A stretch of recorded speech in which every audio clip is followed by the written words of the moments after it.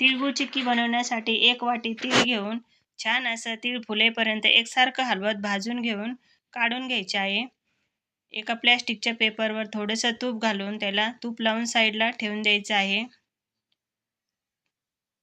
कढईमध्ये 1 चमचा तूप घालायचं. त्यामध्ये ज्या वाटीने तीळ घेतले त्या वाटीने 1/2 वाटी गूळ घालायचा आणि एकसारखं हलवत पाक करून घ्यायचा आहे आपल्याला.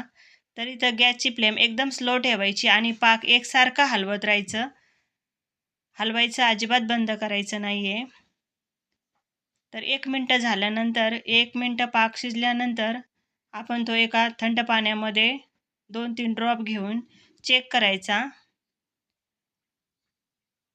पाण्यात घेतल्यानंतर थंड झाल्यानंतर तर चिवट न राहता त्याचा अगदी असा जागीच तुकडा पडला पाहिजे. तर तेव्हा पाक हा परफेक्ट होतो. तर पाक आता परफेक्ट झाला. त्यामध्ये भाजलेले तीळ घालून मिक्स करून घ्यायचं.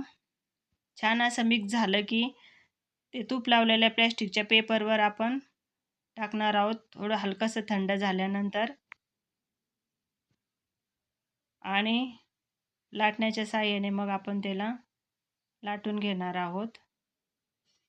थोडंसं सेट करून लाटून घ्यायचं आहे.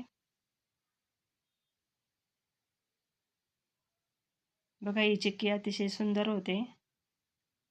लाटून झालं की हलकासा थंड असतानाच आपण त्याला कट करून घ्यायचे आहे.